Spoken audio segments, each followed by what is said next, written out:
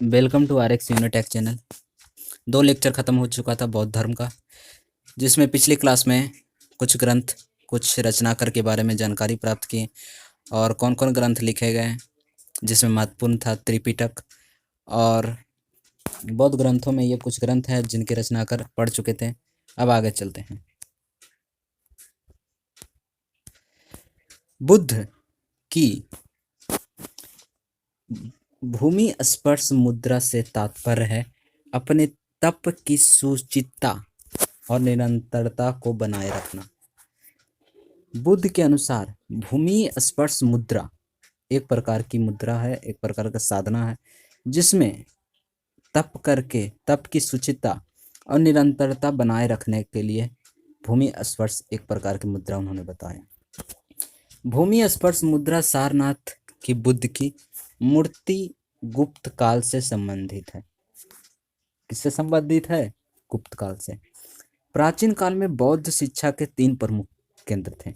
मतलब कि बुद्ध ने जब चले गए तो भी उनका बौद्ध धर्म की शिक्षा दीक्षा प्रचार प्रसार रुका नहीं। अलग अलग देश, भारत से लेकर अलग अलग देशों में भी इनका बौद्ध धर्म का प्रचार प्रसार हुआ। इनके अलग अलग ग्रंथ लिखे गए हैं। अलग अलग ग्रंथों के माध्यम से इनके बारे में जानकारी प्राप्त की गई और इन्होंने जहाँ जहाँ उपदेश दिया था, जिन लोगों को उपदेश दिया था, उनसे संग्रह करके ग्रंथों का निर्माण किया गया, जिसमें सबसे प्रमुख ग्रंथ त्रिपिटक था, जिसमें सारी जानकारी मिलती है और जातक जो पूर्व जन्म गौतम बुद्ध के पूर्व जन्म के बारे में जानकारी मिलती है। तो बौद्ध शिक्षा के लिए केंद्र बन गया। तो विद्यालय था।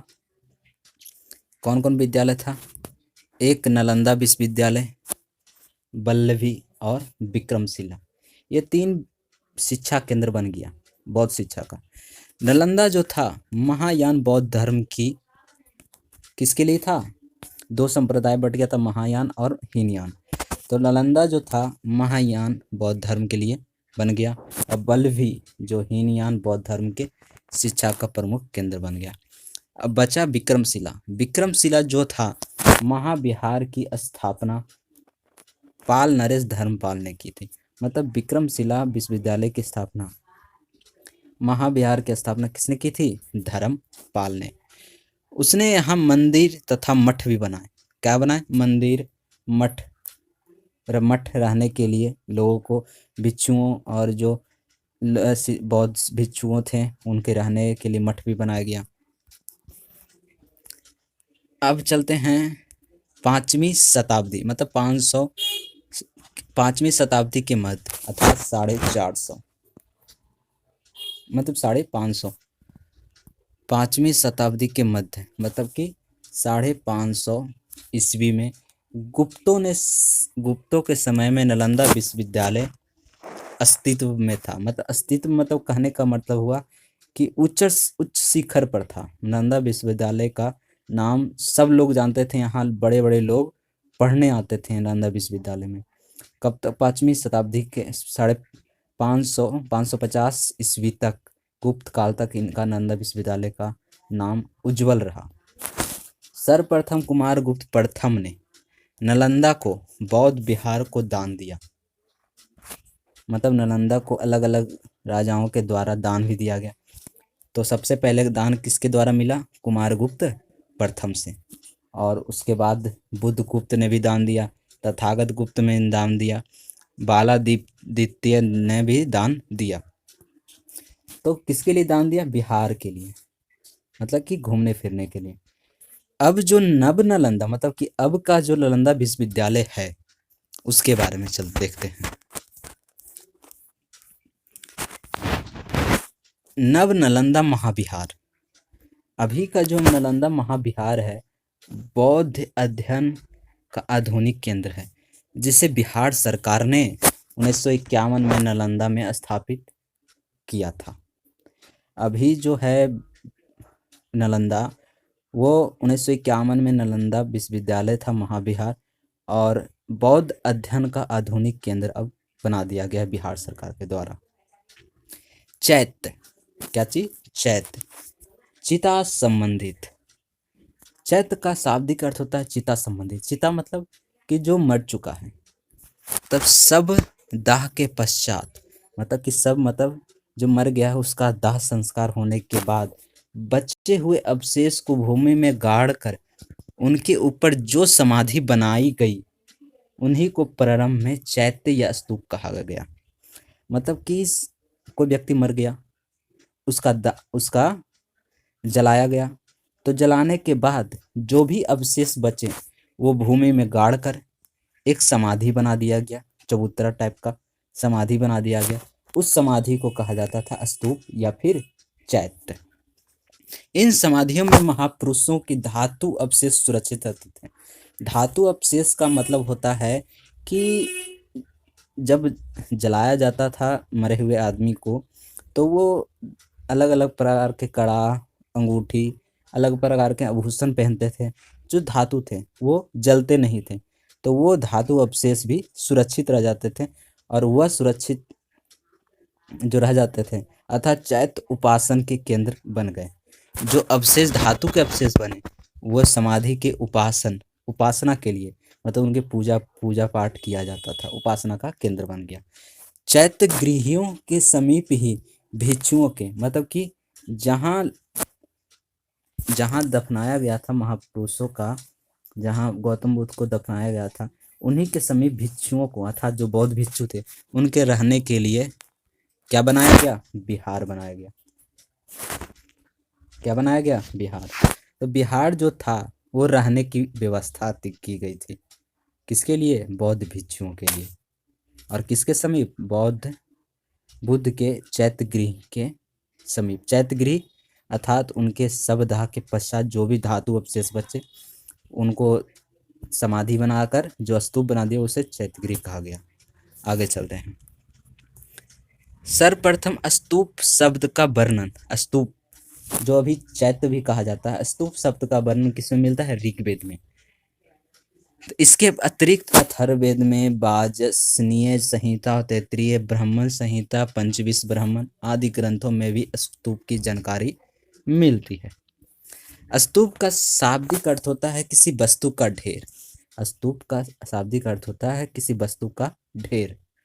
तो वह वस्तु राख हो या फिर धातु आभूषण हो, जले हुए आदमी का किसी भी प्रकार का अवशेष हो तो उसे स्तूप कहा गया। स्तूप का विकास ही संभवतः किससे हुआ? मिट्टी के ऐसे चबूतरे से हुआ।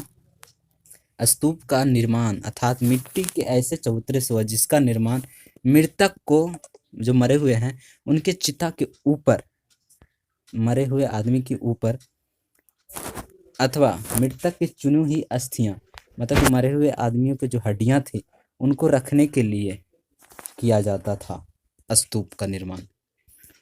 कालांतर में समय समय बीतता गया तो बौद्ध धर्म में इसे संघ पद्धति ने अपना लिया। मतलब कि जो स्तूप का जो निर्माण था, मृतकों के हड्डियां अवशेष जो बचे और उस पर मिट्टी का चबूतरा बना दिया जाता था तो उसे स्तूप कहा गया।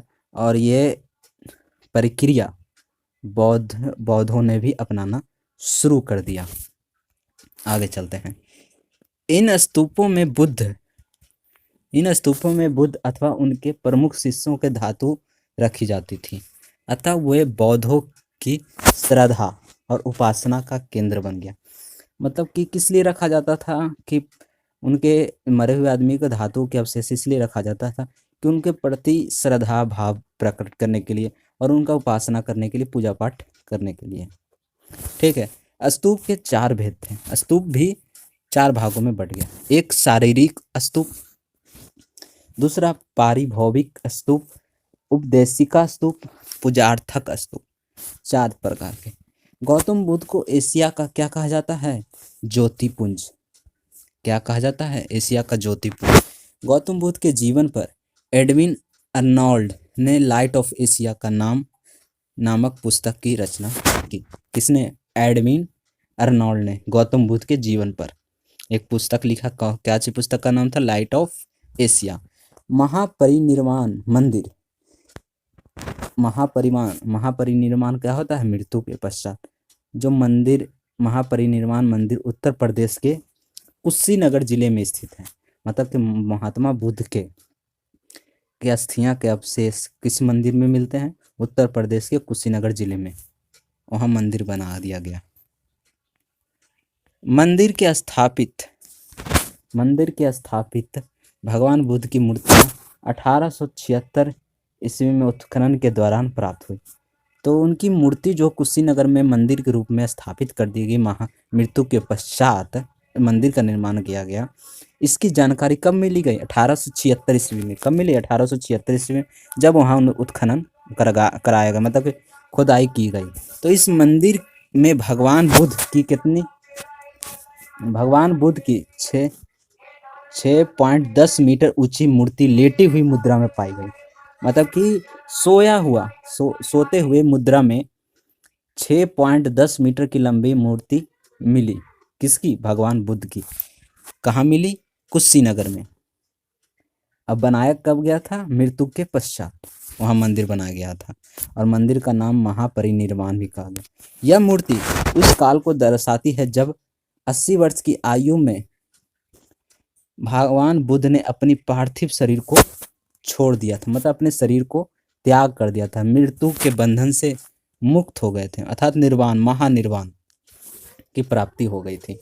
तब उस समय ये मूर्ति लेटी हुई मुद्रा में बनाया गया था। ठीक है, आगे चलते हैं। अब कुछ इंपॉर्टेंट तथ्य है हीनयान और महायान में अंतर। तो चलते हैं, सबसे पहले जानकारी प्राप्त करते हैं हीनयान किसे कहेंगे। दो संप्रदाय बना था, एक हीनयान, एक महायान। हीनयान का अर्थ होता है निम्न वर्ग। इसमें महात्मा बुद्ध को एक महापुरुष के रूप में जाना जाता है, और इनके व्यक्तिवाद धर्म और इनके अनुसार प्रत्येक व्यक्ति को अपने प्रयत्नों से ही मोक्ष प्राप्त करना चाहिए, और ये मूर्ति पूजा और भक्ति में विश्वास नहीं करते थे। मतलब कि हीनयान जो मूर्ति पूजा नहीं करते थे और भक्ति में विश्वास नहीं रखते थे। इनकी साधना पद्धति अत्यंत कठोर थी, और भिक्षु जीवन का समर्थक था। ठीक है, आगे चलते हैं। इनका आदर्श जो था अरहत पद को प्राप्त करता है। इसका प्रमुख संप्रदाय कौन कौन थे? वैभाषिक तथा सौतात्रिक। अलग अलग हीनयान को भी दो संप्रदाय में बांट दिया गया, वैभाषिक और सौत्रात्रिक। आगे चलते हैं, और एक चीज याद रखना है, हीनयान मूर्ति पूजा पर विश्वास नहीं करते थे। महायान उत्कृष्ट मार्ग, जिसका शाब्दिक अर्थ होता है, और इसमें उन्हें देवता माना जाता है। क्या माना जाता है? देवता। और इसमें परोपकार पर, सेवा पर बल दिया जाता था, मतलब कि दूसरे की सेवा करना, परोपकार करना, दया दिखाना, इसमें माना जाता था। इनका उद्देश्य था कि मानव जाति का कल्याण करना। इनका मुख्य उद्देश्य था कि जो लोग हैं, जो मानव जाति है, मनुष्य लोग हैं, उनका विकास हो, कल्याण हो, इनके लिए महायान था। और ये आत्मा और पुनर्जन्म पर विश्वास करते थे। आत्मा पर विश्वास करते थे और पुनर्जन्म पर विश्वास करते थे।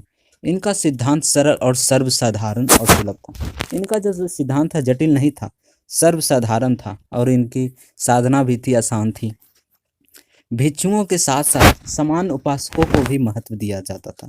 मतलब कि जो बहुत दिनों से बौद्ध भिक्षु बने हुए हैं और उनके साथ समान जो अभी तुरंत में उपासक बने हैं, उनका महत्व भी दिया जाता था। इनका आदर्श था बोधिसत्व। इनके प्रमुख संप्रदाय कौन थे? माध्यमिका और योगाचार। माध्यमिका अर्थात शून्यवाद और योगाचार अर्थात विज्ञानवाद। ये सब पढ़ चुके हैं संप्रदाय, अलग अलग संप्रदाय बढ़ते चले गए। दो संप्रदाय बटे, हीनयान में वैभाषिक और सौतात्रिक, और महायान में शून्यवाद और विज्ञानवाद। आज के लिए इतना ही, धन्यवाद। अब इसके बाद क्यूज स्टार्ट होगा।